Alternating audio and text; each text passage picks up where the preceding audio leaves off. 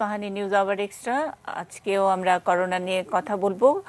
করোনার সংক্রান্ত একটি খবর সম্প্রতি অর্থাৎ দুদিন আগেই আমরা বিভিন্ন অনলাইন এবং খবরের কাগজগুলোতে দেখেছি যে আবারও আসছে লকডাউন, অর্থাৎ বিভিন্ন এলাকাকে রেড, গ্রিন এবং ইয়েলো জোনে ভাগ করে আবারও হয়তো কড়াকড়ি করে লকডাউন করা হতে পারে। কারণ এরই মধ্যে লকডাউন বা ছুটি যাই বলি না কেন, সেটা কিছুটা রিল্যাক্স করার কারণে করোনা আক্রান্তের সংখ্যা দিনকে দিন বাড়ছে। আমরা প্রতিদিনই 40, 38, 35 এরকম সংখ্যায় আছি। হয়তো সেটা 50 ছাড়িয়ে 100-তে যেতেও খুব বেশি দিন সময় লাগবে না, যেটা আশঙ্কা করছেন রোগ তত্ত্ববিদ যারা আছেন তারা।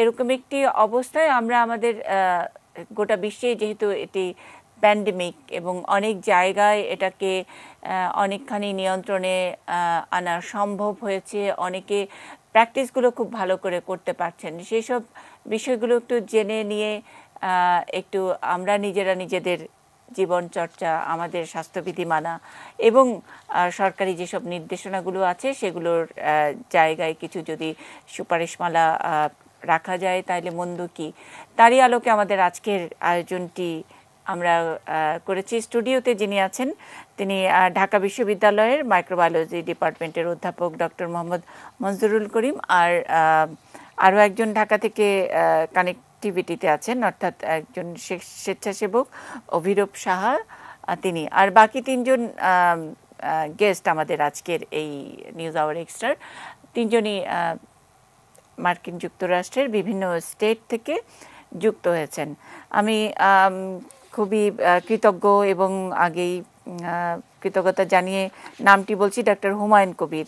তার সম্পর্কে এই কোভিড শুরু হওয়ার পরপরই মার্কিন যুক্তরাষ্ট্রের অনেক পত্রপত্রিকায় তাকে নিয়ে খুব দারুণ লেখা হয়েছে। তিনি বাংলাদেশের সন্তান, চিকিৎসক, ইন্টারনাল মেডিসিন এবং পালমোনারি মেডিসিনের তিনি স্পেশালিস্ট, থাকেন টেনেসিতে, সেখানেই চিকিৎসা দেন এবং তাকে থ্যাংক ইউ ডাক্তার, মানে আনুষ্ঠানিকভাবে তাকে এবং তার সঙ্গে অন্য যারা চিকিৎসা সহকারী অনেকেই আছেন বিভিন্ন স্টেটে অনেক ভালো করছেন, একেবারে জীবনপণ লড়াই করে রোগীদেরকে বাঁচিয়েছেন বা বাঁচাচ্ছেন। তাদের ছবি সমেত একটা সুন্দর লেখা পোস্ট আমার প্রথমে নজরে পড়ে। তো সেই ডক্টর হুমায়ুন কবির আজকে আমাদের সঙ্গে আছেন নিউজ আওয়ার এক্সট্রায়। ডক্টর পারভিজ আক্তার আমাদের সঙ্গে যুক্ত হয়েছেন, মলিকুলার ভাইরোলজিস্ট, তিনি আমাদের সঙ্গে যুক্ত হয়েছেন ভার্জিনিয়া থেকে, এবং ডক্টর সুবর্ণা খান একটি নোভার্টিসের আছেন বায়ো অ্যানালিটিক্স হিসেবে। তার কাছ থেকে আমরা অনেক কিছু জানতে পারবো যে বেসরকারি উদ্যোগ এবং ফার্মাসিউটিক্যালসগুলো কী কাজ করতে পারে। নিউ জার্সি থেকে সুবর্ণা আমাদের সঙ্গে যুক্ত হয়েছেন। শুরুতেই আমি কিন্তু ডক্টর হুমায়ুন কবিরকে শুনতে চাই। স্যার, অভিনন্দন, আবারও অনেক ধন্যবাদ। বাংলাদেশের মানুষ হিসেবে আমাদেরকে অনেকখানি গর্বিত করেছেন এবং আপনাকে নিয়ে সত্যি আমরা গর্বিত। কিভাবে স্যার ওখানে সামাল দিচ্ছেন, আপনার ওখানে চিকিৎসা দেবার কিছু অভিজ্ঞতা একটু শুনতে চাই। আপনাকে ধন্যবাদ, এটিএন বাংলাকে ধন্যবাদ এবং সেই সাথে আপনাদের দর্শকদের সবাইকে ধন্যবাদ যারা দেখছেন। জানেন তো নিশ্চয়ই যে আসলে বিশ্বব্যাপী এই করোনার যে আক্রমণ সেটা প্রথমে চায়নাতে শুরু হলেও ঘুরে ঘুরে যখন এখানে আসলো এখন পর্যন্ত আমরাই সবচেয়ে বেশি এফেক্টেড। তো আমি যে স্টেটে থাকি তুলনামূলকভাবে সেখানে কম, তো সেটা একটা ভালো দিক। তাতে আমাদের একটু স্বস্তি ইন এ সেন্স যে কোনো একটা কাজ করতে গেলে যেরকম ধরনের প্রস্তুতি এবং খুব চিন্তাহীন একটা অবস্থা দরকার বিশেষ করে চিকিৎসা পেশায়, সেটা আমরা পাচ্ছি। কিন্তু আমার যারা কলিগ নিউ ইয়র্কে সেটা পান নাই। হঠাৎ করে খুব কম সময়ের ভিতরে এত বেশি ইনফেকশন এবং এত বেশি মারাত্মক ঝুঁকিপূর্ণ অবস্থা তৈরি হয় যে সেখানে আমাদের স্বাস্থ্য ব্যবস্থা যেটা নিয়ে আমরা সবসময় গর্ব করতাম সেটা একদম খুব দ্রুত হঠাৎ করে ভেঙে পড়ে। সেগুলো নিয়ে ভবিষ্যতে আলাপ আলোচনা হবে। এটা আমাদের একটা দিক উন্মোচিত করলো যে অত্যন্ত ভালো অবস্থা থেকেও আমরা কিরকম ভালনারেবল। তো আমাদের এখানে আমরা যেসব রোগী পাচ্ছি, স্ক্রিনিংটা এখন পর্যন্ত যতটুকু দরকার ততটুকু হচ্ছে না। সেটা এপিডেমিওলজিক্যাল অ্যাসপেক্ট, এবং সেটার একটা ঘাটতি এখনো আছে। এটাও আর একটা দিক, যে ইউএসএ তে আমাদের টেকনোলজির অভাব নেই, অর্থ যোগানেরও অভাব নেই, কিন্তু তার সত্ত্বেও মাস লেভেলে যতটুকু স্ক্রিনিং দরকার, যে কেস ডিটেকশন দরকার, সেগুলো হচ্ছে না। মানে স্যার, তো আপনি সেটা যে স্টেটে আছেন সেখানেও স্ক্রিনিং নিয়ে এখনো আম, অসন্তোষ, মানে একজন চিকিৎসক হিসেবে আপনি মনে করছেন যে সেই লেভেলে হচ্ছে না স্ক্রিনিংটা। এরকম একটি প্যান্ডেমিক অবস্থায় স্ক্রিনিংটা যখন নাকি আপনারা প্যান্ডেমিক বলেই ফেলেন, তখন খুব কি জরুরি? খুবই জরুরি। কারণ হচ্ছে সেটা, এই যে এটা তো তাহলে আর একটু ব্যাকগ্রাউন্ডে যাই, যে এই যে কোভিড যে যে রোগটা নিয়ে আমরা কথা বলছি এখন, এটা তো একজন বক্ষব্যাধি বিশেষজ্ঞ হিসেবে যে আমাদের লাইনে পড়ে, যেটা একটা শ্বাস প্রশ্বাস জনিত রোগ। তারপরে যখন রোগী খুব খারাপ হয়ে যায়, যখন আইসিইউতে যায়, তখন ক্রিটিক্যাল কেয়ার, সেটাও আমার স্পেশালিটি, এবং সেখানে আমরা এগুলো নিয়ে করছি। এটি উঠে আসতেছে এখন, কিন্তু তার আগে চিন্তা করতে হবে যে এটা একটা সংক্রমণ, একটা ইনফেকশাস ডিজিজ, এবং ইনফেকশাস ডিজিজের জন্য যে ধরনের প্রস্তুতি এবং যে ধরনের কর্মকাণ্ড দরকার, সেটা এই রোগের জন্য দরকার। সেখানে আছে এপিডেমিওলজি, কারণ আমার যদি ঠিকমতো প্রজেক্ট করতে হয় যে কালকে কি, এখন আমাদের প্রজেকশনগুলো ভালো, আমি বলি নেই, এটা একটা ডিসক্লেমার, যদিও আমাদের স্ক্রিনিং তত ভালো হচ্ছে না, বাট মডেলিং গুলো আগের চেয়ে অনেক ভালো। এখনকার প্রেডিকশন গুলো মোটামুটি আমরা দেখতেছি যে অ্যাকুরেসির কাছাকাছি। তো এই যে প্রেডিকশন গুলো, এটা খুব জরুরি পাবলিক হেলথের জন্য। সব ধরনের লজিস্টিক্যাল সাপোর্ট থেকে শুরু করে যে প্রিপারেশন, প্ল্যানিং এন্ড সবকিছু, সেটা নির্ভর করে স্ক্রিনিং এর উপরে। আচ্ছা স্যার, মানে এই যে স্ক্রিনিংটা যে খুব জরুরি, মানে এটা কোভিড আসার আগ পর্যন্ত বা কোভিডের পরে আপনার যে অভিজ্ঞতার কারণে আপনি একজন চিকিৎসক হিসেবে বলছেন, কিন্তু দেশ হিসেবে মার্কিন যুক্তরাষ্ট্র চিকিৎসার সর্বোচ্চ চিকিৎসা ওখানে হয় সেরকম একটি ধারণাই আমাদের, কিন্তু সেখানে স্ক্রিনিং যে কত জরুরি সেই জায়গায় নজর দেওয়া হয়নি কি? মানে এটা আমার একদম লে পার্সন হিসেবে প্রশ্ন।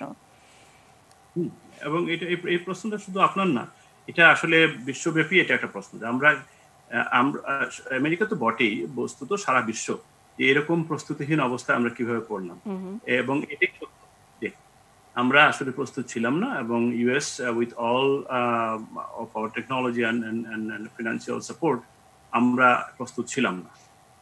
মডেলগুলো যদি আপনি তাকান, মানে এই প্রস্তুতিটা কি স্যার 1 মাস 3 মাস 1.5 মাস আগে কি নেওয়ার মতো প্রস্তুতি, নাকি এটা ওভার দ্য টাইম, মানে একদম আমরা দক্ষ মানুষ তৈরি করা, ল্যাব তৈরি করা ইত্যাদি, এবং সব সময়ের জন্য তৈরি থাকা? আর শুধু তো এরকম একটি ছোঁয়াচে রোগ কোভিড-19 তা নয়, আরও অন্যান্য তো ছোঁয়াচে রোগ আছে। সেরকম একটা স্ট্যান্ডার্ড স্ক্রিনিংয়ের মতো বিশ্বের সবচেয়ে ভালো চিকিৎসা দেবার, উচ্চতর চিকিৎসা দেবার দেশটিতেই সেরকম একটা সিস্টেম থাকা উচিত কিনা? অবশ্যই, অতি অবশ্যই থাকা উচিত। এটা আগে যাদের একটু সন্দেহ ছিল, আসলে সন্দেহ কারোই ছিল না, একটু নেগলিজেন্স আমি বলবো, সেটা এবারের পরে হয়তো দূর হয়ে যাবে। এবং এটা যে আপনার প্রশ্নটার উত্তরে যে এটা হাবুদো, মানে এটা দরকারি, সেটা পরিষ্কার বোঝা যাবে যদি কিছু কিছু দেশ যারা একটু প্রস্তুত ছিল আমাদের চেয়েও বেটার। সবচেয়ে বেশি যে দেশের কথা উঠে আসে সেটা হচ্ছে সাউথ কোরিয়া। ওরা প্রস্তুত ছিল। সার্স এবং মার্স, যেটা আসলে একই করোনা ভাইরাস ছিল, সেটা ইউএসএ তে তেমন আসে নাই। একটা 8টা কেস আর একটা 22টা কেস, এবং কোনো ডেথ ছিল না। তো আমার মনে হয় এটা আমরা ঠিক মতো, আমরা বলতে of course it falls on us as a physicians community as well as health community, আমরা হয়তো এটাকে ওইভাবে দেখি নাই, কিন্তু সাউথ কোরিয়া, ওদের ডেথ রেট আমাদের চেয়ে বেশি ছিল, এবং দে গট প্রিপেয়ার্ড, এন্ড এদের একটা সিস্টেম তৈরি করে নিয়েছিল। সেটাই আসলে দরকার পৃথিবীর সব দেশে। স্যার, আমার প্রশ্নটা ছিল যে প্রস্তুতিটা কেমন ছিল, যে যখন নাকি চায়নাতে দেখা গেল, মানে প্রথমে তো পাত্তা দেওয়া হয়নি, খোদ প্রেসিডেন্ট এটা নিয়ে অনেক ঠাট্টা মশকরা করেছেন, সেই প্রস্তুতিটা কি তখন মানে 1.5 মাস আগে থেকে প্রস্তুতি নিলেই কি প্রস্তুতি হতো, নাকি এটা একটা লম্বা প্রসেস? মানে আমরা ধরেন প্যানেলিস্টদের মধ্যে অনেকেই আছে, মলিকুলার ভাইরোলজিস্ট আছেন, ফার্মাসিউটিক্যালের এক্সপার্ট আছেন, মঞ্জুরুল করিম আছেন ঢাকা বিশ্ববিদ্যালয়ের। তো আমরা যেটা বলতে চাইছি যে এই যে ল্যাব টেস্টের যে প্রস্তুতি, সেটা তো 1.5 মাসের প্রস্তুতি নয় যদি আমি মানে পূর্ণাঙ্গ ব্যাপারটা ঠিকঠাক মতো করে করতে চাই, তাই কি? Absolutely, absolutely. এটা 1.5 মাসের প্রস্তুতি নয়, এটা আসলে actually technologically there is nothing new. এই টেকনোলজিটা সব জায়গায় অ্যাভেলেবল। যেটা দরকার সেটা হচ্ছে যে ফ্যাসিলিটিস গুলোকে রেডি করা, প্রত্যেকটা হাসপাতালে যেন টেস্টিং ফ্যাসিলিটিস থাকে বা সেটা ব্যবস্থা করা, এবং সেটা হয়তো সম্ভব 1.5 মাসে সম্ভব না, কিন্তু যদি আগের থেকে কেউ প্রস্তুত থাকে, চিন্তা করে যে সামনেও একটা আসতেছে, আমার মনে হয় না যে এটা শেষ, হয়তো কোভিড শেষ হয়ে যাবে, but there would be something else. তো এই প্রস্তুতিটা দরকার। আরেকটা জিনিসটা এখানে একটু খোলাসা না করলে একটু ইয়ে থেকে যাবে, সেটা হচ্ছে যে এই প্রস্তুতির দুটো অংশ, একটা হচ্ছে case detection, contact tracing, isolation ইত্যাদি। তার চেয়ে বড় কথা হলো যে কোনো infectious disease, particularly viral infectious disease যখন আসে, তখন কিছু কমন জিনিস যেটা আসলে প্রস্তুতি দরকার নাই, সেটা হচ্ছে যে আইসোলেশন এবং এই যে আমরা এখন যেটাকে বলি সোশ্যাল ডিস্টেন্সিং, ঠিক মতো হাইজিনিক প্রিকশন গুলো নেওয়া ইত্যাদি ইত্যাদি, মাস্ক ইউজ করা। এই জিনিসগুলো ইম্পোজ, যদি একটা স্ট্যাটিস্টিক এখানে আছে, একটা মডেলিং এ ওরা দেখায় যে যদি 1 সপ্তাহ আগের থেকেও সেটা ইম্পোজ করতো, তাইলেও অ্যাটলিস্ট 35,000 ডেথ আমরা ইয়ে করতে পারতাম, প্রিভেন্ট করতে পারতাম। তো এখানে এটা খুব স্পষ্ট হয়ে ওঠে আসলে যে আমরা আমাদের একটু ডিসিশন নিতে হয়তো একটু দেরি হয়েছিল, আর তারপরে যখন আমরা ডিসিশন নেই তখন হয়তো এই এই যে আইসোলেশনটা আমরা হয়তো ঠিকই করে ফেলছি, but at the same time যে case tracing and case detection যেটা, সেখানে আমাদের ভীষণ রকম একটা অসুবিধা ছিল এবং সেটা ঠিক মতো হয়নি। আমি একটু বাংলাদেশের অভিজ্ঞতা একটু শুনতে চাই, doctor Mohammad Manzurul Karim. Case tracing and ডিটেকশনের গুরুত্ব নিয়ে একজন চিকিৎসক কথা বললেন, এবং সেটা আসলে খোদ মার্কিন যুক্তরাষ্ট্র তারাও বুঝতে পারেনি। শুধু চায়নাতে যখন উহানে এই ভাইরাসটি এলো, শুধু কি তখন, নাকি তারও আরও আগে থেকে? এবং ডক্টর হুমায়ুন কবির নিজেই বললেন যে এরকম আরও অনেক ছোঁয়াচে রোগ আছে, এবং এখানেই যে শেষ কোভিড-19 এটাই যে শেষ তাও নয়। সেক্ষেত্রে এই টেস্টিং ফেসিলিটিস, ডিটেকশন, এগুলোর যে লম্বা প্রক্রিয়া, সেখানেই তো আপনার ডিপার্টমেন্ট প্রথমে গিয়ে বোধহয় ঠেকে, তাই নয় কি? মানে আমরা তো ওখান থেকে পড়াশোনা করে তৈরি হয়ে এসে তারপরে একটা ল্যাব তৈরি করব, ব্যাপারটা কি আমি ঠিক বুঝেছি স্যার? হ্যাঁ, আপনি ধন্যবাদ সবার আগে এটিএন বাংলাকে এই ধরনের এটিএন নিউজকে এই ধরনের একটি সুযোগ সৃষ্টি করে দেওয়ার জন্য। যেমনটি আপনি বলছিলেন যে দ্য ডিপার্টমেন্ট অফ মাইক্রোবায়োলজি এবং এখানকার যে মাইক্রোবায়োলজি যে প্রোডাক্টসগুলো মাইক্রোবায়োলজিস্টে বেরিয়ে আসছেন, এটা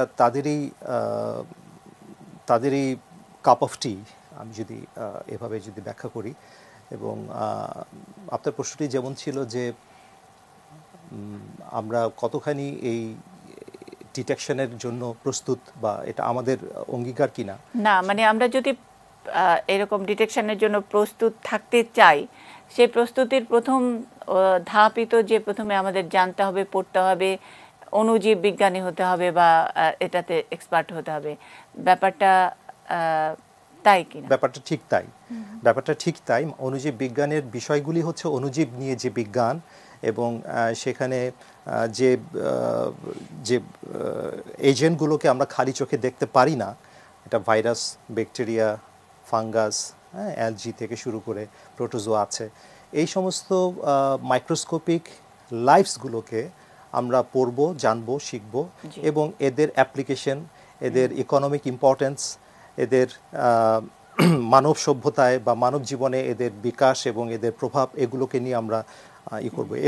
এখানে একটা বিষয় খুব গুরুত্বপূর্ণ বলে রাখা ভালো, যে যতগুলো অণুজীব অদ্যাবধি আবিষ্কৃত হয়েছে, এর মধ্যে মাত্র 1%, 1% মানব দেহের জন্য বা মানব সভ্যতার জন্য ক্ষয়কারী। অথচ 99%ই হচ্ছে যে এদের ইকোনমিক ইম্পর্টেন্স ফর দ্য মানে benefit of the human kind, অত্যন্ত পজিটিভ, মানুষের ভালোর জন্য। খারাপটা 100 বছর পরে এলো। তো খারাপটা যেটা আছে, তো সেটার জন্য প্রস্তুতি আমাদের সমানভাবে নিতে হবে, এবং এটা অস্বীকার করার কোনো উপায় নেই। যে খারাপটা তো খারাপ এবং প্রস্তুতিটা সেটা তো ভালো, প্রস্তুতিটা তো মানে অবশ্যই খারাপটা সব অর্থে খারাপ নয়। না। স্যার, এই বিভাগ তার মানে হলো ঢাকা বিশ্ববিদ্যালয় মাইক্রোবায়োলজি ডিপার্টমেন্ট, এখান থেকে তো প্রতি বছর এখানে মাস্টার্স কমপ্লিট করে অনেকে পিএইচডি করেন ইত্যাদি করেন, তাহলে তাদের আসলে কাজের সুযোগটা কোথায় থাকে? রাইট, এখানে ঢাকা বিশ্ববিদ্যালয়ের কথাটা যদি আমি ধরি তাহলে দেখা যায় যে এখনও আমাদের জন্য কাজের স্কোপ যে মাত্রায় আমাদের গ্র্যাজুয়েট প্রোডাকশন হচ্ছে তাদেরকে এঙ্গেজ করার মতো যথেষ্ট কাজের স্কোপ সৃষ্টি হয়নি দেশের ভেতর।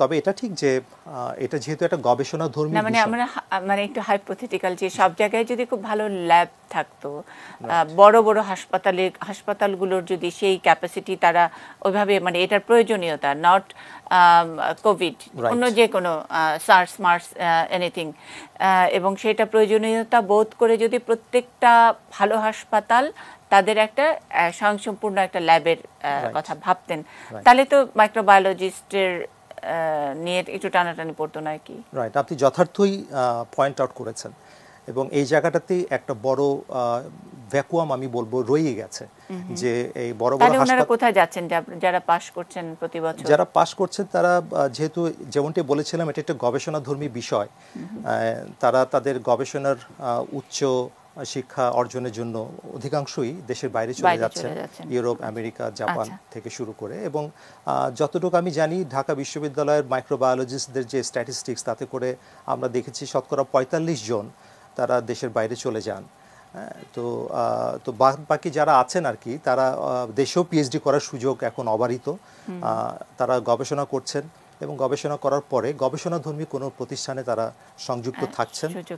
কিন্তু আমরা যেটাকে বলছি যে এরকম গুরুতর, মানে সবচেয়ে জরুরি জায়গা ল্যাব টেস্টের জায়গা, সেই জায়গায় আমরা এরকম দক্ষ মানুষ পাচ্ছি না, অথবা তাদেরকে আমরা কাজে লাগাতে পারছি না। থাকবে নিশ্চয়ই আমাদের সঙ্গে। আমরা করোনা ডাউন করোনা আপ এই শিরোনামে কথা বলছি, অর্থাৎ করোনার স্ট্যাটিস্টিক্সটা কখনো নিচে নেমে গেছিল, আবার আস্তে আস্তে উপরে উঠছে। এই সময়ে আবারও লকডাউন হতে পারে, আবার হতে পারে না, নানা রকমের দোলাচলের মধ্যে টেস্ট করাটা কতখানি গুরুত্বপূর্ণ, টেস্টিং ফ্যাসিলিটিটা আমাদের কীরকম থাকা উচিত ছিল, কেমন থাকতে হবে, সেগুলো নিয়ে আমরা কথা শুনছি। আমাদের সঙ্গে যারা আলোচকরা আছেন তাদের সকলের কাছ থেকে। নিশ্চয়ই আপনারা আমাদের সঙ্গে থাকবেন। একটা বিরতি নিয়ে আসছি।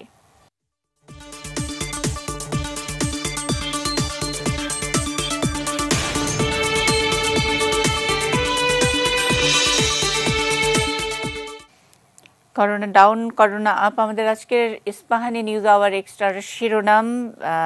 আমরা মার্কিন যুক্তরাষ্ট্র থেকে 3 জনকে সরাসরি সংযুক্ত করেছি, বিভিন্ন স্টেট থেকে তারা সংযুক্ত হয়েছেন। ঢাকার থেকে স্টুডিওতে ডক্টর মোহাম্মদ মঞ্জুরুল করিম আছেন এবং আরও একজন স্বেচ্ছাসেবক অভিরূপ সাহা কি স্বেচ্ছাসেবা দিচ্ছেন সেটা আমরা অভিরূপ সাহার কাছ থেকে শুনবো। তার আগে ডক্টর পারভিজ আক্তার, একটু আপনার কাছ থেকে জানতে চাই, আপনি সরাসরি আমাদের সঙ্গে ভার্জিনিয়া থেকে যুক্ত হয়েছেন, মলিকুলার ভাইরোলজিস্ট। এরকম একটা করোনার সময়ে আপনাদের মানে এই মলিকুলার ভাইরোলজিস্টদের ব্যস্ততা কিরকম, গুরুত্ব কিরকম জানতে চাই। ধন্যবাদ মুন্নি সাহা আমাকে আপনাদের আয়োজনে সংযুক্ত করবার জন্য, এবং আপনি এত চমৎকারভাবে আমার পরিচয় দিচ্ছিলেন মলিকুলার ভাইরোলজিস্ট। কিন্তু আমি মনে করি আমার সবচেয়ে বড় পরিচয় হচ্ছে আমি proud product of the department of microbiology, Dhaka university. আমার প্রথম পরিচয়টা হচ্ছে মাইক্রোবায়োলজিস্ট, যেটির কথা ডক্টর মঞ্জুর বলছিলেন যে এই অণুজীবরা চারিদিকে। একটি কথা আছে যেটি আমরা সবসময় দেখি, যে যেখানে জীবন সেখানে অণুজীব, আর যেখানে অণুজীব নেই সেখানে জীবনের চিহ্ন সম্ভব নয়। এই কথা থেকেই আপনি বুঝতে পারছেন যে মাইক্রোবায়োলজিস্টদের ভূমিকা বা তাদের কর্মক্ষেত্রটা অসম্ভব ব্যাপক। আর যেহেতু কোভিড-19 এটি যেহেতু একটা ভাইরাস, এটির ক্ষেত্রে ভাইরোলজিস্টদের কাজটা আরো অনেক বেশি বেড়ে গেছে। তো মাইক্রোবায়োলজিস্ট / যদি ভাইরোলজিস্টে আসে, এরা বিভিন্ন ক্ষেত্রে কাজ করে এখানে ইউএসএ তে। এমন কোনো কর্মক্ষেত্র নয় যেখানে আমি আসলে দেখাতে পারবো না যে মাইক্রোবায়োলজিস্টদের ভূমিকা নেই। তো এই কথা গেলে আসলে অনেক বড় হয়ে যাবে, সেখানে যাচ্ছি না। যদি শুধুমাত্র স্বাস্থ্য খাতে দেখি যে বিভিন্ন হসপিটালগুলোতে একটা পোস্ট আছে যেটাকে বলে মেডিকেল টেকনোলজিস্ট। এখানে এই মেডিকেল টেকনোলজিস্ট যদি আপনি হতে চান, তাহলে যেটা হতে হয়, এখানকার বিশ্ববিদ্যালয় থেকে আপনার স্নাতক ডিগ্রিধারী হতে হয়। মাইক্রোবায়োলজিস্টরা এই ধরনের জবে, বায়োলজিস্টরা এই ধরনের জবেও যেতে পারে, এবং তাদের মেইন কাজটা থাকে ডিটেকশন, স্পেসিমেন কালেকশন, ওটাকে প্রসেস করা, টেস্টিং করা ইত্যাদি। তো ভাইরোলজিস্ট প্লাস মাইক্রোবায়োলজিস্টে যদি আসে, তারা এই সময়টাতে, কোভিড-19 এই সময়টাতে এগুলোতে ভীষণভাবে ব্যস্ত। কিন্তু আমি একটা কথা এখানে উল্লেখ করতে চাই, যে কোভিড-19 ক্ষেত্রে আমরা দেখছি যে এই টেস্টিংটা আরো ট্রেন্ড, আরো স্পেশালাইজড পার্সনকে দিয়ে করানো হচ্ছে। কেন? তার মূলত দুটি কারণ। একটি কারণ হলো যে এই ভাইরাসটি আপনারা জানেন যে ভীষণ রকমের সংক্রামক, হাইলি কন্টেজিয়াস। সো এটাকে যদি আমরা প্রপারলি হ্যান্ডেল না করি, তাহলে যে ইন্ডিভিজুয়াল এটা নিয়ে কাজ করছে সে ইনডেঞ্জার হতে পারে, এবং সে এই পার্সনটা আবার একটা সোর্স হতে পারে further spreading of the disease. হ্যাঁ, তো এটা তো একটি গেল। আর আরেকটি কারণ সেটি হচ্ছে যে আমরা যদি এই ভাইরাসটি যখন ডিটেক্ট করি টেস্টিং এর মাধ্যমে, এই টোটাল প্রসেসটা এত ডেলিকেট এবং প্রিসাইজলি করতে হয় যে ইচ স্টেপে কালেকশন অফ স্যাম্পল থেকে শুরু করে প্রসেসিং এবং একেবারে শেষ পর্যন্ত আমরা কি করে ডাটাটা অ্যানালাইসিস করছি, সেই পর্যন্ত দেখা যায় যে আপনার এররের চান্স, যদি কোনো একটা কিছু মিস করেন, এরর অ্যাড হওয়ার চান্সেস বেশি থাকে, যেটি আপনাকে false positive, false negative data দিতে পারে। তো এই জন্য এবং আপনি বুঝতেই পারছেন, এখানে ডক্টর হুমায়ুন কবির আছেন, উনি আমার সঙ্গে একমত হবেন যে যদি false positive, false negative data আসে, তাহলে সেটি তাদের পেশেন্ট ট্রিটমেন্টে অসম্ভব রকমের একটি বিপদ তৈরি করতে পারে। এখন আপনি মার্কিন যুক্তরাষ্ট্রে মানে এই ভাইরোলজিস্ট হিসেবে এই কোভিডে কি কন্ট্রিবিউট করছেন কিভাবে? আপনি বললেন ভীষণ ব্যস্ততা, এবং যাতে নাকি ফলস পজিটিভ, ফলস নেগেটিভ না হয়, সেক্ষেত্রে আপনাদের নিয়ে কিরকম টানাটানি শুরু হয়েছে? একটা কোনো ব্যক্তিগত ছোট্ট কোনো অভিজ্ঞতার কথা শুনতে চাই খুব অল্প সময়ে।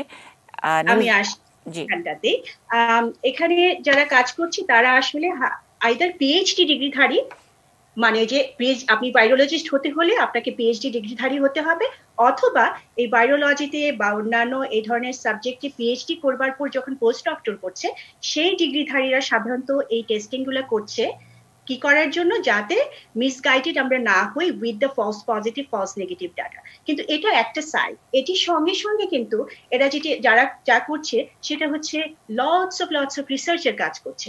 এরা সিকোয়েন্সিং করছে, মিউটেশনের সাইডটা দেখছে কোথায় মিউটেশন হচ্ছে। আপনারা জানেন এই ভাইরাসটা খুব দ্রুত মিউটেটেড হচ্ছে, তো সেখানে কাজ করছে, এবং সেই রেজাল্টগুলো ড্রাগ ডেভেলপমেন্ট, ভ্যাকসিন ডেভেলপমেন্টে হেল্প করছে। এর সঙ্গে সঙ্গে আপনারা প্রতিনিয়ত দেখেন WHO, CDC থেকে আমাদের পাবলিক অ্যাওয়ারনেসের উপরে নানা রকমের সেফটি গাইডলাইন ওরা বের করছে। মাইক্রোবায়োলজিস্ট, ভাইরোলজিস্টরা সেখানেও কাজ করছে। এই যে কোভিড-19 এর সময় আপনারা জানেন যে আমাদের জব সেক্টরটা খুব মন্দা যাচ্ছে, কিন্তু ইউএসএ তে যদি আপনি তাকান, মাইক্রোবায়োলজিস্ট, ভাইরোলজিস্টের জব কিন্তু অনেক বেড়ে গেছে, তাদের ডিমান্ড বেড়ে গেছে। এবং শুধুমাত্র মে মাস, জুন মাসের দিকে তাকালে আপনি দেখবেন যে সিডিসি থেকে 17 থেকে 18টা নতুন মাইক্রোবায়োলজিস্ট, ভাইরোলজিস্ট জবের জন্য অ্যাডভার্টাইজমেন্ট করা হয়েছে। আপনি এটা থেকে আশা করি বুঝতে পাচ্ছেন যে আমরা ভাইরোলজিস্টরা কি পরিমাণ ব্যস্ত এই সময়টাতে। জি, অনেক ধন্যবাদ। থাকুন ব্যস্ত মাইক্রোবায়োলজিস্টকে আটকে রেখেছি আমাদের এই অনুষ্ঠানে। আরো কিছুক্ষণ আটকে থাকবেন, বিরতির পরে আবারও শুনবো সকলের কাছ থেকে। খবরের জন্য যাচ্ছি নিউজ রুমে।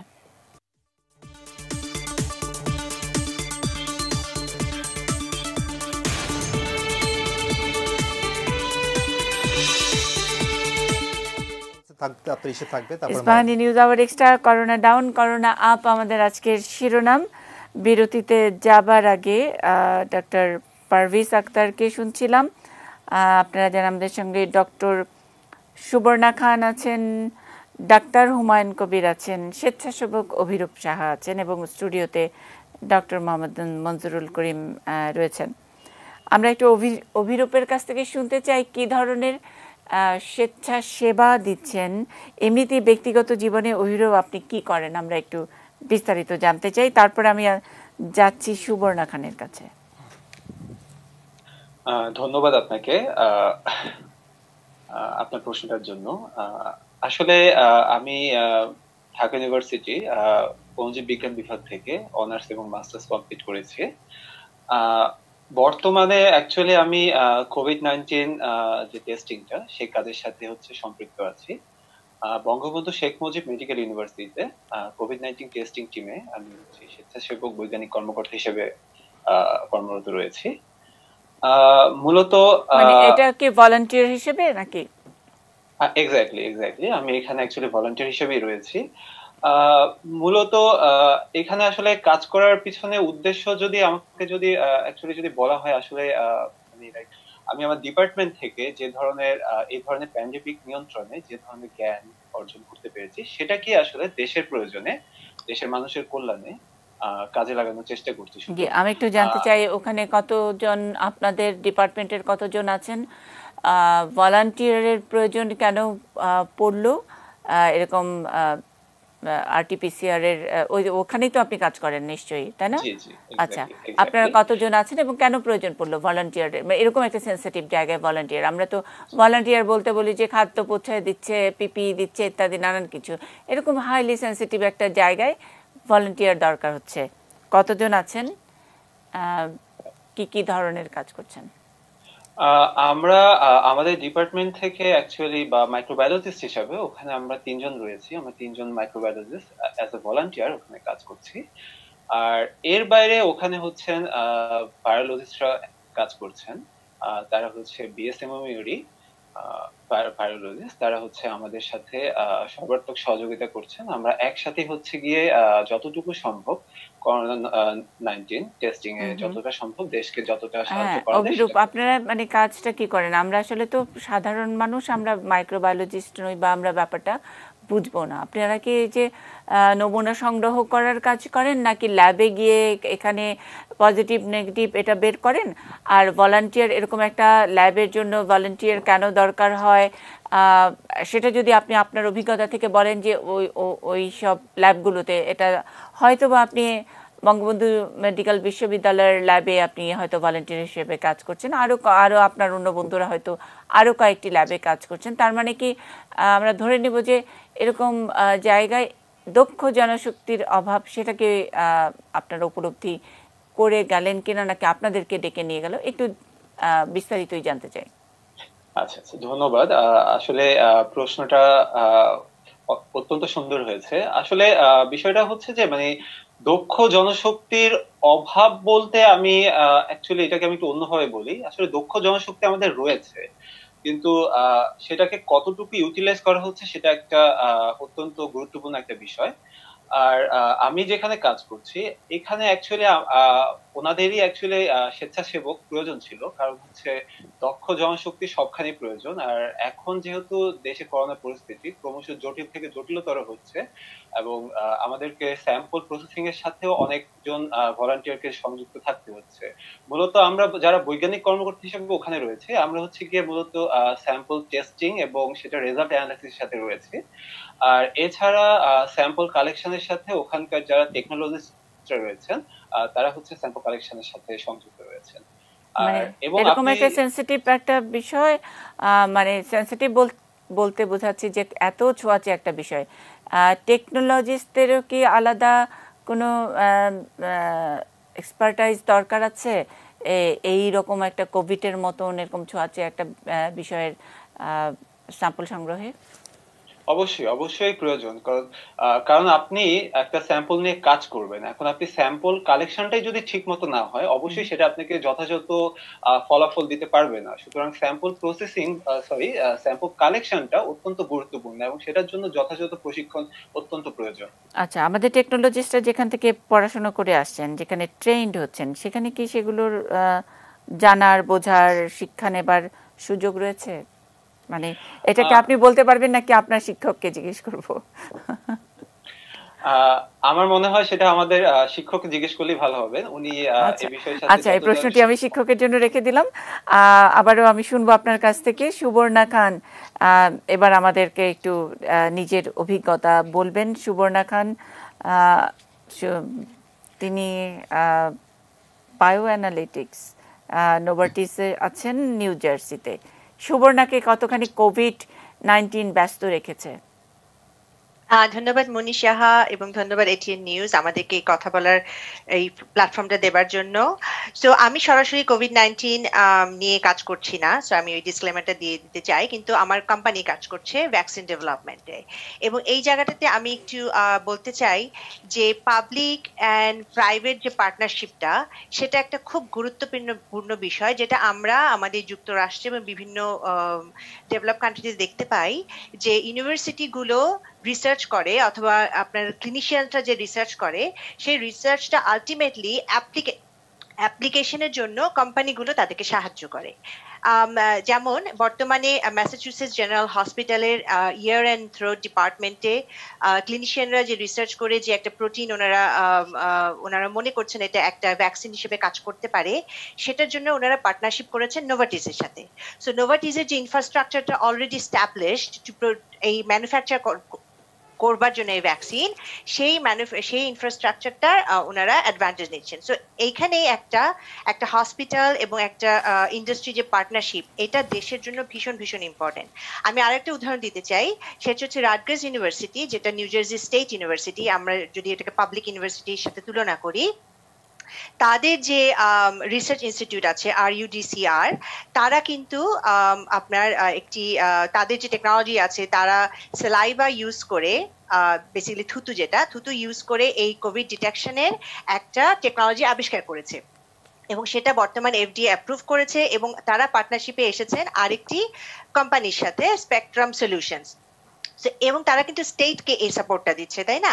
এই যে অ্যাসিস্ট করা, এই যে পলিসি মেকারদেরকে অ্যাসিস্ট করা, এই যে স্টেটকে অ্যাসিস্ট করা টু ফাইট এই ধরনের একটা প্যান্ডেমিক, এই জায়গাটাতে আমি মনে করি আমাদের বাংলাদেশে অনেক অনেক স্কোপ আছে করার। হ্যাঁ, আমাদের দেশে প্রচুর ব্রিলিয়ান্ট ছেলে মেয়ে আছে, প্রফেসরস আছেন, ক্লিনিশিয়ানস আছেন, কিন্তু আমরা একসাথে হতে পারছি না, আমাদের সেই সিস্টেমটা আমাদের ওভাবে তৈরি হয়নি এখনো।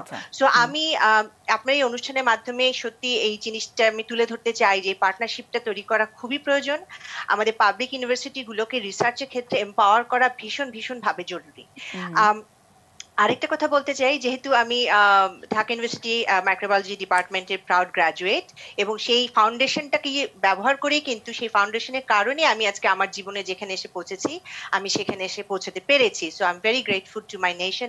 এন্ড আমরা তো প্রিটি মাচ বিনা পয়সা পড়াশোনা করেছি, তাই না, ঢাকা ইউনিভার্সিটিতে মাইক্রোবায়োলজির মতো একটা সাবজেক্টে। তো এই মাইক্রোবায়োলজিস্ট যে পপুলেশন, আমার জানা মতে এবং আমার যেটুকু আমি খবর রাখি বা যেটুকু আমি কথা বলি সবার সাথে, যে এরা আন্ডার ইউটিলাইজড। এটা একটা ভেরি এফেক্টিভ, ভেরি ট্রেন্ড, এরা অনেক ট্রেন্ড একটা জনগোষ্ঠী। এই যে অভিরূপের মতো ছেলেরা মেয়েরা যারা আছে, তারা RT-PCR টেকনোলজি, যেটা নিয়ে আমরা অনেক কথা বলছি আমাদের ডিটেকশনে, এরা হচ্ছে একটা দক্ষ জনবল, তাই না? আজকে এদেরকে স্বেচ্ছাসেবক হিসেবে কেন কাজ করতে হচ্ছে? বিকজ আমাদের ওই জায়গাটা এদের জন্য আমাদের সিস্টেমে এখনো তৈরি হয়নি। সো আমি আশা করব যে আমরা এই কোভিড-19 থেকে যে লার্নিংটা পাবো, সেটা ইউজ করে আমরা এই দক্ষ জনবলকে আমাদের শুধু স্বাস্থ্য খাতে না, আমাদের যে খাতে এদেরকে আমরা নিয়োগ দেওয়ার সুযোগ পাবো, আমরা এদেরকে ইউটিলাইজ করার সুযোগ পাবো, আমরা যেন সেই সুযোগটা সরকার গ্রহণ করেন। এবং আমি শিওর যে এরা রেডি, এই অভিরূপের মতো ছেলেরা মেয়েরা, এরা কিন্তু ঝাঁপিয়ে পড়েছে। they are not getting paid, ওরা ভলান্টিয়ার্স, প্রতিদিন নিজেকে একটা সংক্রমণের মুখে ঠেলে দিচ্ছে ওরা, ওই ছেলে মেয়েগুলো। কাজে এদের যেন সেই স্বীকৃতিটা হয়, এরা যেন আমাদের সিস্টেমের মধ্যে, কাজের মধ্যে আসতে পারি এবং আমাদের রিসার্চটাকে যেন আমরা এম্পাওয়ার করতে পারি। আমি এই দুটো পয়েন্ট একটু বলতে চাচ্ছি। অনেক অনেক অনেক ধন্যবাদ সুবর্ণা। আবার হয়তো আপনার কাছে আরেকবার একটু কথা শোনার সুযোগ পাবো। অভিরূপের মতো ছেলে মেয়েরা ঝাঁপিয়ে পড়েছে, মাইক্রোবায়োলজিস্ট, ভাইরোলজিস্ট যারা হবেন। আমরা হার্ড ইমিউনিটির কথা শুনছি, বিশেষ করে ভারতের কয়েকজন খুব নামকরা ভাইরোলজিস্ট, তারা ইকোনমিস্টদের সঙ্গে কথা বলে যেই রূপরেখাটা দিচ্ছেন যে আসলে কতদিন লকডাউন, কতদিন আটকে রাখা, কতদিন ঘরে বন্দি রাখা যাবে এই করোনার স্বাভাবিক মৃত্যু বা করোনা চলে যাওয়ার কোনো টাইম স্প্যান আমরা তো জানি না, আসলে টাইম লাইন জানি না যে কখন মারা যাবে। এটার নানান রকমের জানি যে লোহার উপরে 10 দিন, গ্লাসের উপরে 5 দিন ইত্যাদি নানা রকমের কথার কথা, সেগুলো জানি। কিন্তু এটার যদি এটা জীব হয়, অণুজীব হয়, এটার তো একটা স্বাভাবিক মরণ আছে। সেই স্বাভাবিক মৃত্যুর সময়ক্ষণটা কি আমাদের কোনো ভাইরোলজিস্টরা বের করেছেন? আর যদি সেই সময়টা নাই বা জানি, এই হার্ড ইমিউনিটি নিয়ে ভারতের ভাইরোলজিস্টরা যেরকম একটা দিক নির্দেশনা দিয়েছেন আমাদের অর্থনীতিবিদদেরকে, সেই রকম জায়গায় কি আমাদের এই মাইক্রোবায়োলজিস্ট, ভাইরোলজিস্টরা সরকারকে কোনো সিদ্ধান্ত নেবার ব্যাপারে কোনো রকমের কোনো রিসার্চ, তাদের কোনো ধারণাপত্র ইত্যাদি দিয়েছেন বা দিতে পারেন কিনা, আমি ডক্টর মোহাম্মদ মঞ্জুরুল করিমের কাছে জানতে চাই। আচ্ছা, আপনি অত্যন্ত একটা প্রাসঙ্গিক প্রশ্ন করলেন। আমাদের অণুজীব বিজ্ঞানের ক্ষেত্র থেকে একটু সরে গিয়ে যেখানে অর্থনীতি জড়িত, যেখানে দেশের মানে কোনটাতে অর্থনীতি জড়িত নয়, অবশ্যই হ্যাঁ অবশ্যই আপনারা তো দেশের সম্পদ, অবশ্যই। তো সুবর্ণ যেমন করে বললেন যে একেবারে বিনা পয়সায় পড়াশোনা করা, সেটাই তো মানে বিনা পয়সা, মানে সরকার আমাদের পেছনে ইনভেস্ট করে। আর যদিও এটা একেবারে অণুজীব, কিন্তু সেটা তো এখন আমাদের অর্থনীতির সঙ্গে এটার একটা যোগসূত্র তৈরি হয়েছে। সুতরাং এই যোগসূত্রের জায়গায় আপনারা একেবারে ইকোনমিস্টদের, সরকার, রাজনীতি সবাইকে সহযোগিতা করার জন্য আপনারা ঝাঁপিয়ে পড়েছেন কিনা অভিরূপদের মতো? রাইট, আপনি যেমনটি বললেন অভিরূপদের মতো, যে মানে আমি বলছি একটু ওই ভলান্টিয়ার আর কি, স্বেচ্ছাসেবকদের কথা বলছেন। তো স্বেচ্ছাসেবকদের, এটা আমি মনে করি আমাদের ডিপার্টমেন্ট অফ মাইক্রোবায়োলজি থেকে এটা একটা আর্মি, এবং এই আর্মিটা তারা যে ল্যাবগুলো বাংলাদেশের বিভিন্ন অঞ্চলে এই কোভিড-19 সৃষ্টি হওয়ার পর সংগঠিত হয়েছে, এদেরকে ইকুইপ করা থেকে শুরু করে এদেরকে অপারেশন, মেইনটেনেন্স এবং ফাংশনাল, একদম রেজাল্ট ইন্টারপ্রিটেশন এবং রিপোর্টিং পর্যন্ত এই স্বেচ্ছাসেবকরা তারা কিছু প্রশিক্ষণ নিয়ে, যেটা আমরাই, আমাদের একটা পেশাগত সংগঠন আছে বাংলাদেশ সোসাইটি অফ মাইক্রোবায়োলজিস্ট, যেটি বাংলাদেশ গণপ্রজাতন্ত্রী বাংলাদেশ সরকারের একটি রেজিস্টার্ড পেশাগত সংগঠন। সেখান থেকে আমরা তাদেরকে বিভিন্ন ওয়ার্কশপের মাধ্যমে আপনারা যেগুলো করছেন, আমি ব্যাপারটা একটু ব্রডার স্কেলে, আমি একেবারে দেশের মানে অর্থনীতির চাকাটা ঘুরবে কি ঘুরবে না সেই জায়গা থেকে আপনাদের কন্ট্রিবিউশনটা জানতে চেয়েছিলাম। আমাদের একজন বড় অর্থনীতিবিদ, একজন গবেষক, PIDS এর একজন গবেষক, তিনি বলেছেন যে ভাইরাস পুষে রেখে আমাদের আসলে প্রবৃদ্ধি বলি বা এই উন্নয়ন বলি সেগুলো হবে না। অর্থাৎ ভাইরাস আমরা পুষে রাখলাম, আবার হয়তো লকডাউন রিলিজ করলাম, লোকজন আবারও মাঠে ঘাটে কাজ করা শুরু করলো। সুতরাং এইভাবে কতদিন এইভাবে করলে হবে না। ওনার কথার সুরটা এরকম ছিল যে 1 বছর লাগুক 10 বছর লাগুক, যে ভাইরাসটাকে দমন করতে হবে, অর্থনীতির চাকা বন্ধ থাকুক আর যাই থাকুক না কেন। আমি সেই আলোকে আপনাকে জানতে চেয়েছি যে এটা স্বাভাবিক মৃত্যুর কখন, এবং এই থিওরি অর্থাৎ ইকোনমিস্ট, আমরা যখন নাকি ভাইরাসটি সম্পর্কেই কিছু জানি না, ইকোনমিস্টরা যখন নাকি লকডাউনের পক্ষে এরকম সাফাই বলছেন, তারা তো আর ভাইরোলজিস্ট না। এই জায়গায় ভাইরোলজিস্টদের মতামত কি?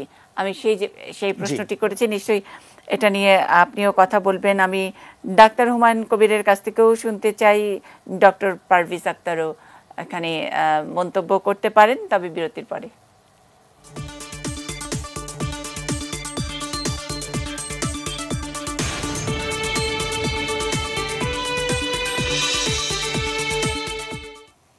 Ispahani news hour extra, corona down corona up, এরকম একটি অবস্থায় আবারও লকডাউনের কথা আসছে।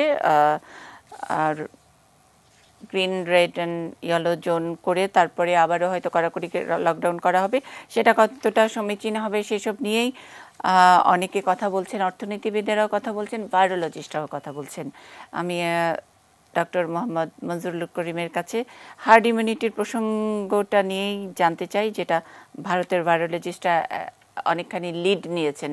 মানে স্বেচ্ছাসেবক হিসেবে তারা অর্থনীতিবিদদের সঙ্গে বসেছেন এবং বলেছেন হার্ড ইমিউনিটির কথা, কারণ ভারত, বাংলাদেশ বা এরকম আমাদের মতো অর্থনীতির যেরকম শক্তি, এরকম দেশে বছরের পর বছর লকডাউন করে আসলে বেঁচে থাকা যাবে না। তার চেয়ে বরং কোনো রকম এই ভাইরাসটার সঙ্গে আপোষ করে বেঁচে থাকা যায়। কি বলবেন? যেমনটি বলছিলেন, এই ভাইরাসটি একটা ন্যাচারাল ভাইরাস। এটা পক্ষে বিপক্ষে মতামত থাকলেও আমরা এখনো পর্যন্ত ধরে নিচ্ছি যে ব্যাট করোনা ভাইরাস, যেটা বাদুড় থেকে পেঙ্গোলিন হয়ে মানব দেহে বসতি গড়েছে বলে এর পক্ষে যথেষ্ট মতামত গড়ে উঠেছে। এবং ন্যাচারাল ভাইরাস যেটা, সেটা যদি ন্যাচারালি যদি বিলীন না হয়ে যায়, এছাড়া একে আর মোকাবেলা করা সম্ভব নয়। তো কাজেই বিলীন হওয়ার ডেটটা তো জানি না, সেটা আমরা জানি না, মানে ন্যাচারাল ডেথ কবে হবে সেই, এবং জানিও না ওর আসলে কতদিন বাঁচে আসলে স্বাভাবিক অবস্থায়। কাজে এর সাথে আমাকে যদি নেগোশিয়েট করে বেঁচে থাকতে হয়, তাহলে আমাকে সবচেয়ে বড় প্রোটেকশন আমার সেলফ ইমিউনিটি। এবং এটার জন্য অবশ্য অনেক বিজ্ঞানীরা ভাবছেন ভ্যাকসিনেশন তৈরি করবেন, ভ্যাকসিন ডিজাইন করবেন, অ্যান্টিভাইরাল ড্রাগ তৈরি করবেন। তো সেটা বাজারে আস্তে আস্তে যখন বলা হয়েছিল, এটা কমসে কম 1.5 বছরের একটা ধাক্কা। তো এর মধ্যে কি তাহলে আমরা স্থবির হয়ে বসে থাকবো? আর সেই ভ্যাকসিন যখন বাজারে আসবে, সেই ভ্যাকসিন আমরা কতটা অ্যাভেল করতে পারবো, সেটা কতটুকু আমাদের সামর্থ্যের ভিতরে পড়বে, এবং সেটা তারপরও কথা থেকে যাচ্ছে সেই ভ্যাকসিন আদৌ আমাকে প্রোটেকশন দিতে পারবে কি না। তো কাজে এই যখন একটি দোলাচলের মধ্যে অবস্থা, তখন সবচেয়ে বড় ওয়ে আউট হচ্ছে যে আমার নিজের ইমিউনিটি, যেটাকে মানে গ্রেটার সেন্সে হার্ড ইমিউনিটির কথা বলা হচ্ছে, সেটাকে ধীরে ধীরে তৈরি করে নেয়া। এবং এই তৈরি করার এই বিষয়টি আমার মনে হয় লকডাউনে থেকে লুকিয়ে থেকে এই বিষয়টিকে মোকাবেলা না করে যদি আমরা দিনের পর দিন পার করে দিই, হ্যাঁ, এবং অতঃপর শিথিল হয়ে যাক, আবার বেরিয়ে আসবে, তখন যারা আক্রান্ত হবার বা যারা এই বিষয়ে সবচেয়ে বেশি প্রণ, তারা কিন্তু এই ভবিতব্যকে এড়াতে পারেন না। তো কাজেই যেটা করতে হয় যে আমি আমার কোনো একটা, আপনি বলছেন যে লকডাউনে লুকিয়ে থেকে আসলে এই ভাইরাসকে নির্মূল করা যাবে না, যেটা এটার জন্য একটু পেছন থেকে কথা বলতে হবে। সেটা হচ্ছে যে আমাদের যারা কোমরবিড পেশেন্ট, অর্থাৎ যে সমস্ত পেশেন্ট বিভিন্ন ধরনের হার্ট ডিজিজ বা ডায়াবেটিক বা এই ধরনের আছেন, তারা সাধারণত এই সমস্ত ভাইরাল ইনফ্লামেশনে, ভাইরাল ইনফেকশনে বেশি প্রণ, বেশি ইনফেক্টেড। তো তাদেরকে মোটামুটি প্রোটেকশনে রেখে আমরা যদি আমাদের তরুণ জনগোষ্ঠী, যারা 60-এর নিচে যে জনগোষ্ঠী, তাদেরকে যদি আমরা পর্যায়ক্রমে স্তরে স্তরে উন্মুক্ত করি, এবং হ্যাঁ, তারা অসুস্থ হবেন, তারা সিমটম শো করবেন, কিন্তু একটা পর্যায়ে এসে তারা কিন্তু নিজের ইমিউনিটি তারা নিজেরা তৈরি করে নেবেন। আপনি যদি লেটেস্ট স্ট্যাটিস্টিক্সটা দেখেন যে আমাদের এই ভাইরাসের কেস ফ্যাটালিটি রেট কত, আমরা প্রতিদিনই আমরা দেখছি 40 জন 35 জন যে স্ট্যাটিস্টিক্সটা আপনি বললেন মারা যাচ্ছে আর কি। এবং তাতে করে বর্তমানে যে কেস ফ্যাটালিটি রেট এবং যে ডিটেকশন পাওয়া গেছে, সেখান থেকে যদি আমরা দেখি এটা 1.3% বা সামথিং লাইক দিস।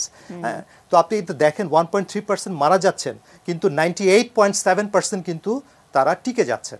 এই যে একটা বিশাল সংখ্যা, এবং এই যে টিকে যাওয়াটা, এটা আস্তে আস্তে আমি তো মনে করি 1.3%-এর যে স্ট্যাটিস্টিক্সটা এখন পাওয়া যাচ্ছে, এটা আরও কমে যাবে যদি আমরা আরও ডিটেকশন করতে পারি। তাতে করে দেখা যাবে যে আমরা আসলেই ওই যে বিশাল যে চাঙ্ক অফ পিপল, যারা কিনা অসুস্থ হয়ে আবার সুস্থ দেহে ফেরত আসছেন, এবং এরাই আমাদের একটা ইমিউনিটি ওয়াল তৈরি করে দিচ্ছেন। কাদের জন্য?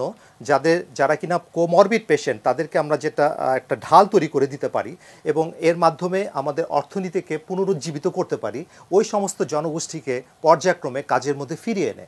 এবং এটাই একমাত্র বাংলাদেশের মতো একটা দেশ, যেটা কিনা উন্নয়নশীল দেশ, যেখানে আমাদের অধিকাংশ মানুষেরই পোভার্টি লেভেল থেকে আমাদেরকে করতে হয়, চ্যালেঞ্জ করতে হয় প্রাত্যহিক জীবনে। সেখানে এই ধরনের অবস্থা, যেখানে আমাদের সোশ্যাল সিকিউরিটি বা আমাদের ঘরে ঘরে খাবার পৌঁছে দেওয়ার মতো ওই ধরনের সামাজিক ব্যবস্থা এখনো গড়ে ওঠে নাই। এবং সেটা কতদিন, মানে সেটা তো ব্যবস্থা থাকলেও তো এটা খুব একটা আইডিয়াল সিচুয়েশন নয়। আমরা তো আইডিয়ালে থাকতে চাই। এবং যেমনটি আমি আপনাকে বললাম, ঠিক এই মুহূর্তে কোভিড ডিটেকশনের থেকে আমি আমার ব্যক্তিগত মতামত, আমি অ্যান্টিবডি ডেভেলপমেন্ট করতে পারলাম কিনা, আমি আমার ইমিউনিটি গ্রোন আপ করতে পারলাম কিনা, সেইটাকে বেশি মনোযোগী হওয়া। কারণ আজকে আমি হয়তো বা কোভিড নেগেটিভ, আমি যদি টেস্টে যাই, কিন্তু ইট ডাজন্ট মিন যে আমি আগামীকাল কোভিড পজিটিভ হব না। কিন্তু অ্যাট দ্য সেম টাইম আমি যদি কোভিড অ্যান্টিবডি পজিটিভ হয়ে যায়, তাহলে মোটামুটি ধরে নেওয়া যায় যে আগামী 1টি বছর পর্যন্ত এটা আমাকে প্রোটেক্টিভ ইমিউনিটি দেবে, এমনটি বিভিন্ন গবেষণা আমরা দেখে মানে আসছি। অ্যান্টিজেন এবং অ্যান্টিবডি নিয়ে তো এক ধরনের মানে অনেকেই খুব ওয়েলকাম করে, আচ্ছা আমার যদি অ্যান্টিবডি হতো, মানে অ্যান্টিবডি ওয়েলকাম করে, কিন্তু অ্যান্টিজেন হলেই ভয় পেয়ে যাচ্ছে যে এই বোধহয় সমাজ থেকে অচ্যুত হওয়ার একটা ভয় ইত্যাদি, সেই সব কারণে বোধহয় অ্যান্টিজেন নিয়ে এক ধরনের দূরত্ব তৈরি হয়েছিল। এই কারণেই আসলে টেস্ট নিয়ে এত হাস টেস্ট, র্যাপিড টেস্ট হবে কি হবে না, আর টিপিসিআর নিয়ে সবাই হাত কুক্ষিগত করার একটা প্রবণতা। সেরকম একটি জায়গায় এখন কি স্যার সময় এসেছে যে আমরা আচ্ছা না হয় আমরা চাইলে অ্যান্টিবডি টেস্টটাই করি? জি, আমার মনে হয় আমাদের মোটামুটি বাংলাদেশে প্রথম ডিটেকশন হয় মার্চ মাসের 7 তারিখে কোভিডে, এবং মোটামুটি আমরা 8 তারিখে মোটামুটি আমরা 3টে মাস পার করে দিয়ে এসে 4র্থ মাসের দ্বার প্রান্তে। তো এ পর্যায়ে যেমনটি আমি একটু আগে বললাম 98% মোর তারা ফেরত আসতেছেন অসুস্থ হয়ে আবার পুনরায় এসে।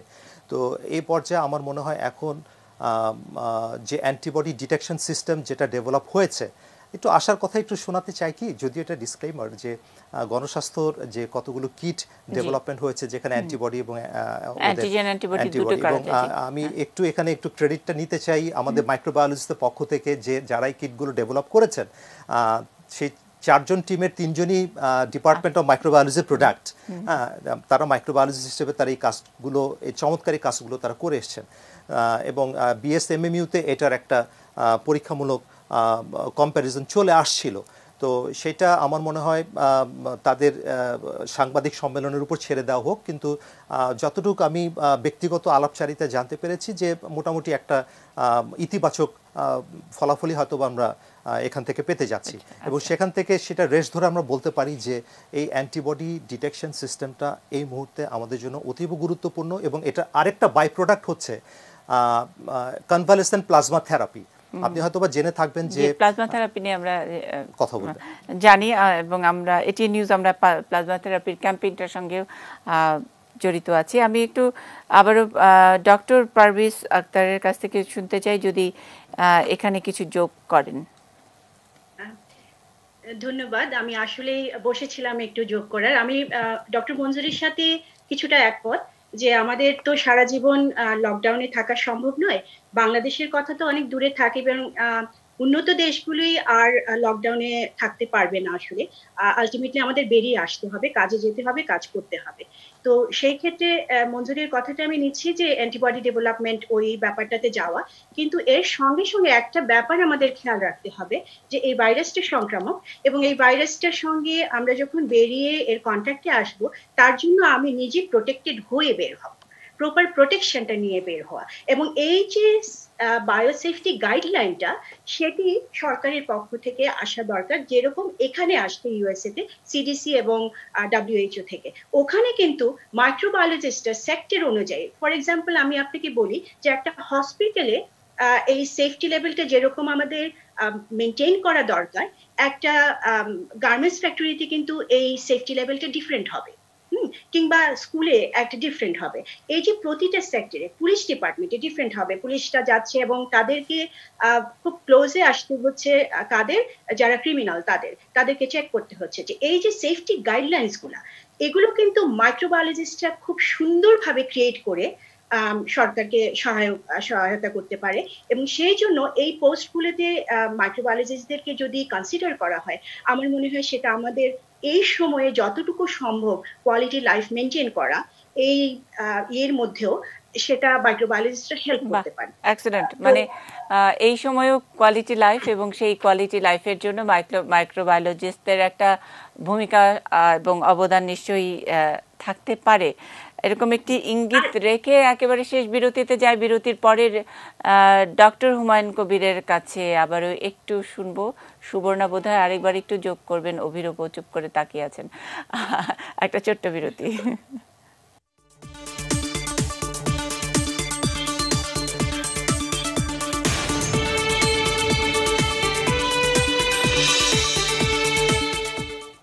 Ispahani news hour extra, corona down corona up আমাদের আজকের শিরোনাম।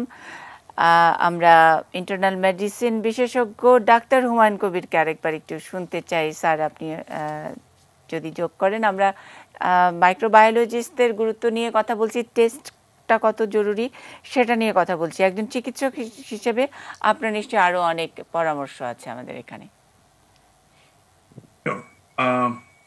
কথা হচ্ছিল তো হার্ড ইমিউনিটি নিয়ে এবং সেখানে কার কি করণীয় সেই নিয়ে। তো আসলে জিনিসটা এটা নিয়ে কথা হচ্ছে প্রচুর।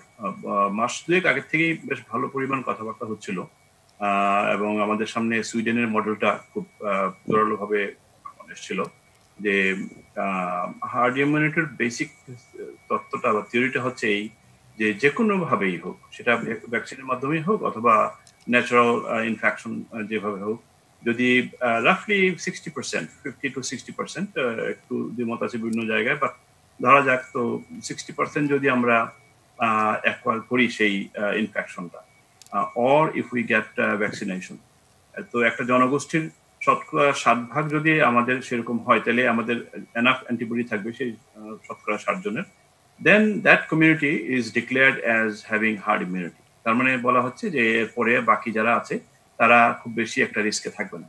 এটা অনেক বছর পুরনো একটা তত্ত্ব। গত শতকের গোড়ার দিকে, প্রায় 1930 সালের দিকে, যখন মিজলস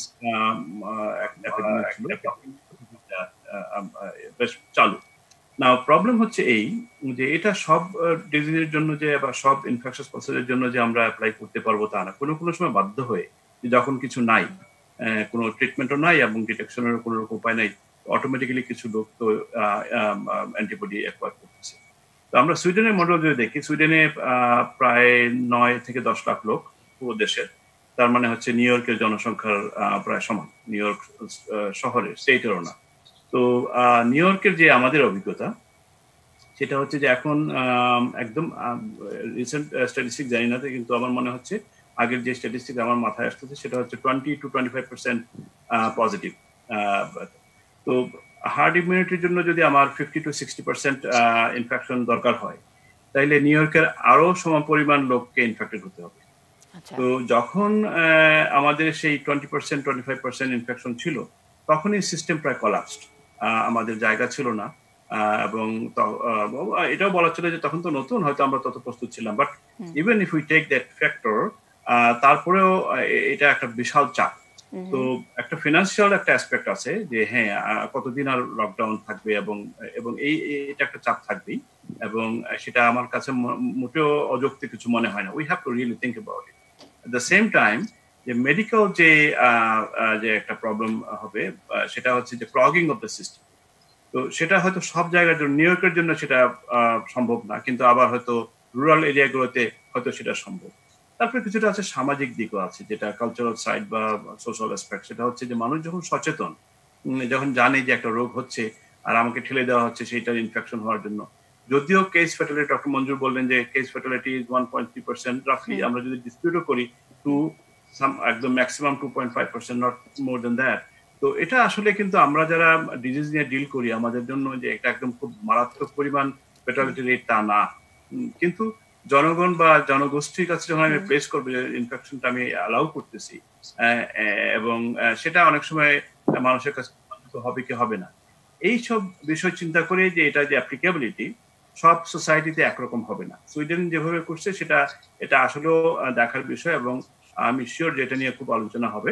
তো আমার মনে হয় যে ভবিষ্যতে একটা মডেল আসবে, এবং উন্নত দেশগুলো বাধ্য হয়েই, কারণ আজকাল তো আমাদের ক্যাপিটালিজম চলতেছে সারা বিশ্বব্যাপী, মার্কেট ইকোনমি অ্যান্ড ক্যাপিটালিজম দুটো যখন আমরা যোগ করি, সাপ্লাই অ্যান্ড ডিমান্ড দুইটাই এখন বন্ধ, এবং the system cannot run like that. So they would come up with some solution. এটা হয়তো এক্স্যাক্টলি সুইডেন যেটা করছে সেটা নাও হতে পারে, বাট ওখানে আসে যে কেস ডিটেকশন, এবং দিস ইজ ভেরি ইম্পর্টেন্ট। এবং একটু আগে কথা হলো, ডক্টর মঞ্জুর বলছিলেন অ্যান্টিবডি নিয়ে। আমি যদি ইনসিডেন্স এবং প্রিভ্যালেন্স আমি যদি করতে চাই, হিসাব করতে চাই, তাহলে তো এটার কোনো বিকল্প নেই। I do have to have contact tracing and detection of the cases.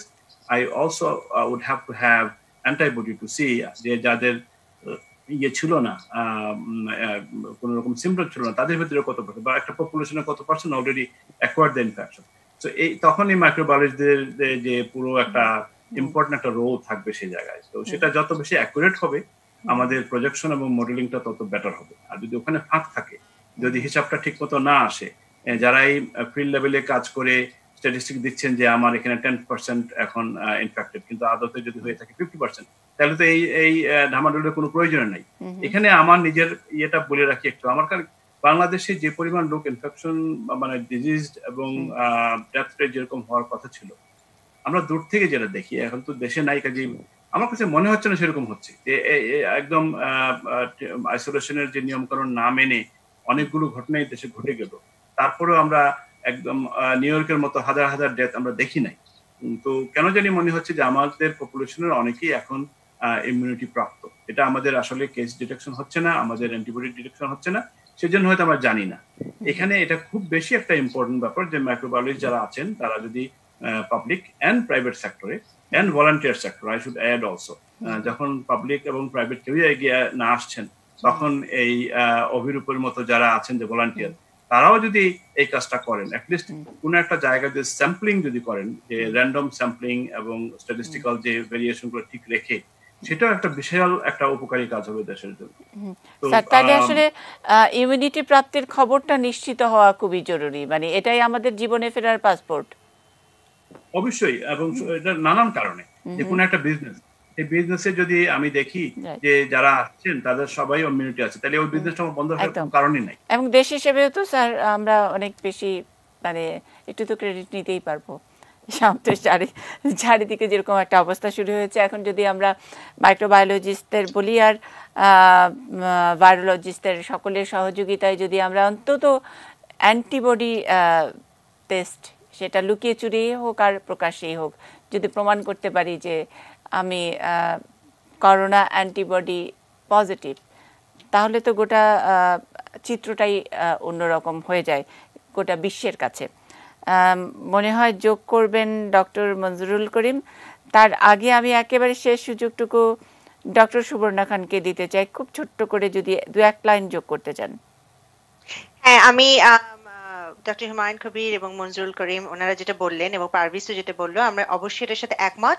তো এক্ষেত্রে আমি যেটা বলতে চাই যে এই যে ফেজ যে ওপেনিং যেটা আমরা আমেরিকাতে দেখছি, এই ওপেনিংটা খুব ক্লোজলি মনিটর করতে হবে, এবং এই মনিটরিং এর যে জায়গাটা, সেখানেই আপনার মাইক্রোবায়োলজিস্ট বলেন, ক্লিনিশিয়ানস, এপিডেমিওলজিস্ট, ইকোনমিস্ট, এদের সবাইকে একসাথে কাজ করতে হবে। হ্যাঁ, তো বর্তমানে আমি টেস্টিং বিষয়ে যেটা আমি জানতে পেরেছি ভলান্টিয়ারদের কাছ থেকে, অনেকের কাছ থেকে, যে এখানে আমরা যারা কাজ করছেন সেক্ষেত্রে একটা দক্ষ জনবল, এই যে মাইক্রোবায়োলজিস্ট, এদেরকে যদি এই গ্যাপটা ফিলিং এ আমরা হেল্প করি, যে আমরা এদেরকে ওই জায়গাটাতেই আমরা তাদেরকে নিয়োগ দেব, যেমন আমরা 3000 মেডিকেল টেকনোলজিস্ট নিয়োগ দেওয়া হয়েছে গভর্নমেন্ট থেকে।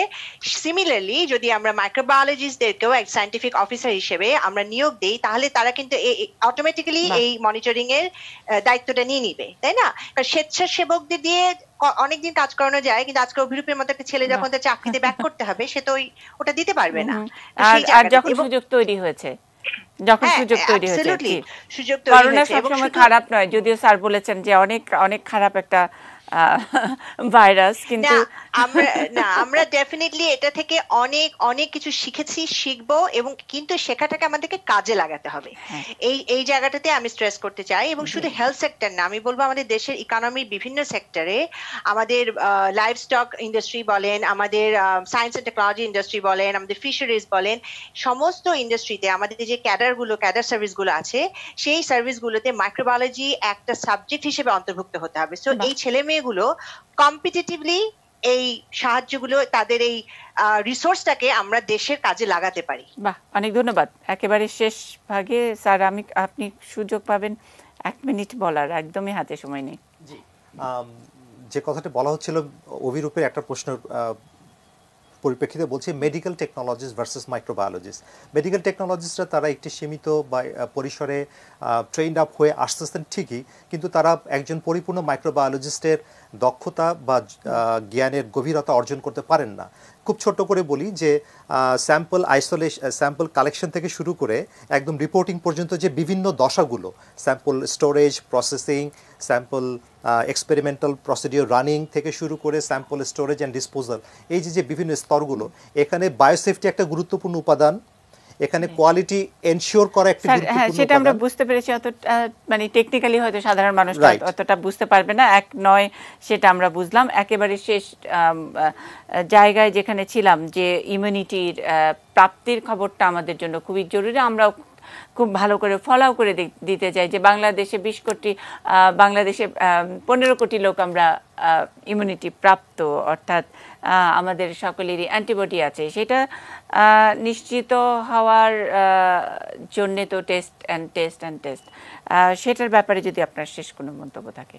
হ্যাঁ, সেটা হচ্ছে এখন এটা সময়ের দাবি, এটা এখন আমাদের উত্তরণের দাবি, আমাদের মুক্তির, যেমনটি আপনি বলছিলেন ইমিউনিটি পাসপোর্ট, যেটা আপনাকে আবার কর্মক্ষেত্রে ফেরত আসার একটা লাইসেন্স দেবে আর কি।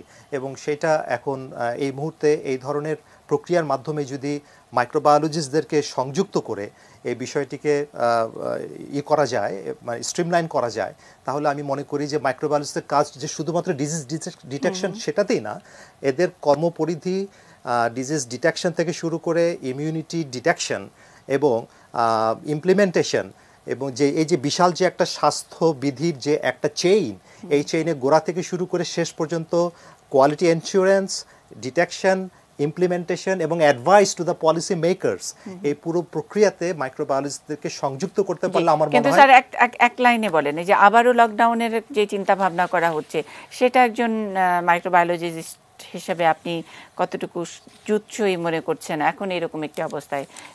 এক লাইনে স্যার।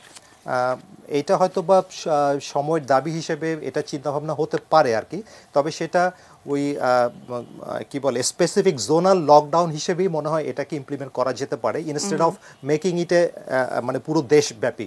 তো যেই জায়গাটাতে এটা সংক্রমণটা বেশি হচ্ছে বলে মনে করা হচ্ছে, সেই জায়গাটাতে একটা পার্শিয়াল স্তরভিত্তিক একটা লকডাউনের মাধ্যমে এই বিষয়টিকে খণ্ডকালীনভাবে নিশ্চিত করা যেতে পারে। কিন্তু একটু আগেই তো বললেন যে লকডাউন করে লুকিয়ে রেখে তো এই অণুজীবের সঙ্গে লড়াই করা হবে না। যারা প্রন যে পার্সন এগুলো জনগোষ্ঠী, তাদেরকে আসলে জীবের আসলে ফাইট করতে হবে অণুজীবের সঙ্গে, এবং সেই ফাইটে তো অবশ্যই আমরা জিতেই আছি, সেই জিতার খবরটা আমরা দিতে চাই। অনেক অনেক ধন্যবাদ আমাদেরকে সময় দেবার জন্য, ধন্যবাদ যারা আমাদের সঙ্গে সংযুক্ত ছিলেন। আগামীকাল নতুন কোনো বিষয় নিয়ে আবারও দেখা হবে নিউজ আওয়ার এক্সট্রায়। আজকে এখানেই শেষ করছি। Corona down, corona up.